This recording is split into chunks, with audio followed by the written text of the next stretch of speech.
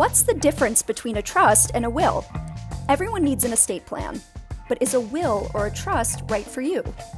So let's dive into that first key decision. A will is a basic estate planning document. It lets you name guardians, outline your final wishes, and decide who gets your assets. Unless you add specific documents, a simple will only takes effect after you die. It doesn't protect you during your lifetime or help you avoid probate, a court process that takes about a year and is paid for by your estate.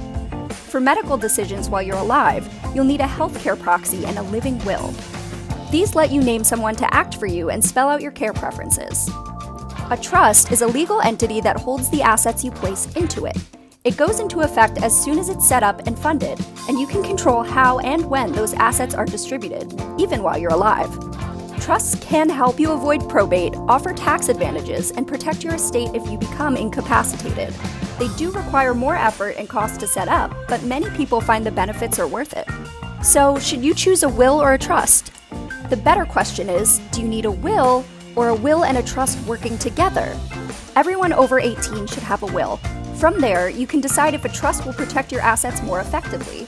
Take our quiz on trustandwill.com/getstarted to help you make your choice.